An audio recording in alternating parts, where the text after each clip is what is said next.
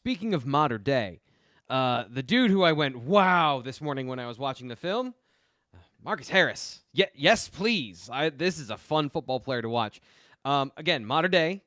Who was it of you two that talked to him about his visit to Penn State? I forget. That Ryan, Yeah, was it was that you? me. Okay. Yeah, he's planning. So, I mean, I mentioned it kind of earlier. Modern Day plays St. Francis in Baltimore the same weekend as the Iowa game. So, it's too. I mean, it's a little too early to say absolutely.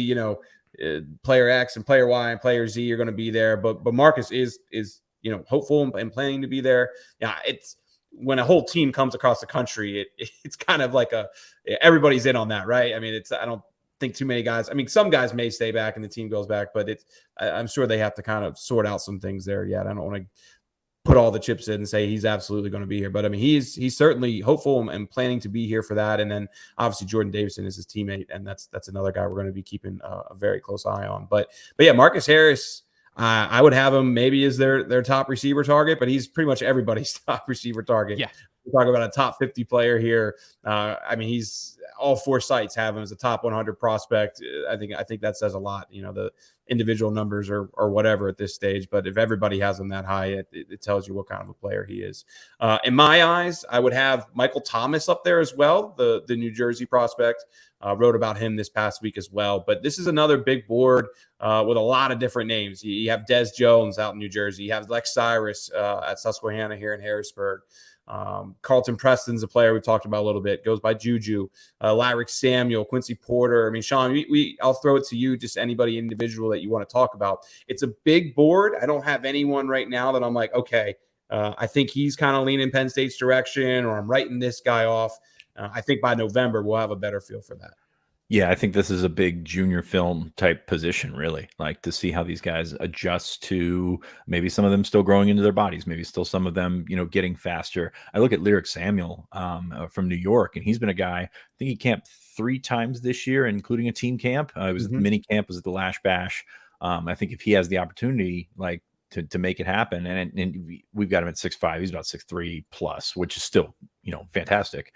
6'3" plus, runs a 4.5. There's not too many of those guys in the 2025 class right now. So he's got that athletic upside that we look for. He's not just a regional guy that has put up good numbers and Penn State offer just to offer. I think he's a guy that could emerge as a 4-star guy at some point.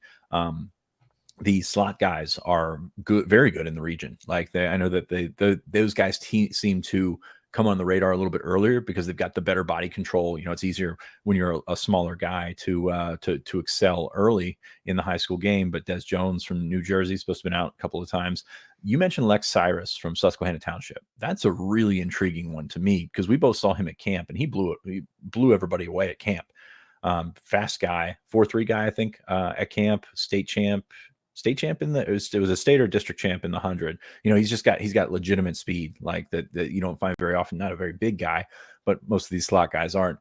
Latsier Brooks as well. We've been hearing about Latsier Brooks since he was, I think, an 8th grader, maybe early in his 9th grade year in South Jersey. So very good slot receiver targets in the region. But as I said, this position maybe more than any, you get a chance to evaluate, you get a chance to see what's out there and see how they come along in their junior season. So like, yes, there's a lot of names on the board, receivers, a dime a dozen position in terms of recruiting. Like that's how they come out. Then you just have to separate which ones are the legitimate targets, which ones are the guys that you think can be elite and play in your room. Yeah, just for record, Lex ran the 10.67 at state champion this year, 1 to 3A. And I'm planning to go see him on Saturday. Susquehanna has their first scrimmage of the year. Lex is not a talker, so I'll be curious to see just kind of how his recruitment's going. Because have you seen a Lex Cyrus interview anywhere? I haven't seen many. Seen him talk to anybody. It'd be funny if he stones you when you get out there and pulls the old Katron Allen. So no, I mean it's he's one of those guys that in the mid-state you hear all about the 2026 guys and things like that, but like the 2025s are, there's some good ones in there. And like Cyrus surprised us, I would say surprised us at camp in a good way in terms of what he brings to the table as a receiver, not just as a speed guy. Stephen Light here, dropping us a super chat.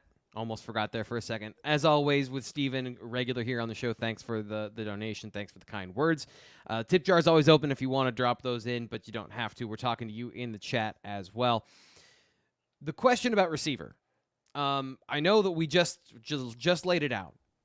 A lot of this is going to be determined by junior film and how this class kind of grows and the board grows and shapes over time. How much are you looking at Marcus Higgins and his impact on this class and the end of 2024? Like, where do you gauge his impact and how he can really like make a connection and start to do what he can do as a recruiter? Do you look at the end of 24, or are you looking at 25 as really his first full cycle as the main guy at the position? Ryan, do you have any thoughts on that? I don't think there's much of a difference. Do you, Sean? I mean, I think it's just use both. Yeah. Yeah. I mean, every player's different. A full cycle at 24, but Yeah. you know, even so, like he's got an opportunity to, you know, get on his own guys. And, you know, when you come into a job, there are already guys on the board that you're looking at. But then again, you know, we weren't talking about Peter Gonzalez much. I know he had the offer and everything like that, but like he got a chance to evaluate. So use both. I mean, I don't know why we'd have to go with one way or the other, but this is an opportunity for him to maybe get in a little bit earlier. The thing that's different for him is that you look at a lot of these 2025 guys that are on the radar, and they very well may not be on the radar in 6 months, but at Penn State, you're getting these guys on campus. At Virginia, you're trying to convince these guys to get to campus. So like, he didn't have Lyric Samuel camp for him 3 times at Virginia. So that I think that's the change. When you change that badge, it changes a lot when you're going from Penn State to Virginia. So he has an opportunity to get in there earlier, to get the infrastructure of the recruiting team, to dial up these relationships. So he has a better opportunity at Penn State to essentially be a better recruiter. And a lot of that comes with it. So I think that that's what helps him with this 2025 class that he didn't have last spring and summer to the previous, the 2022 spring and summer, to get to know some of these 2024 guys.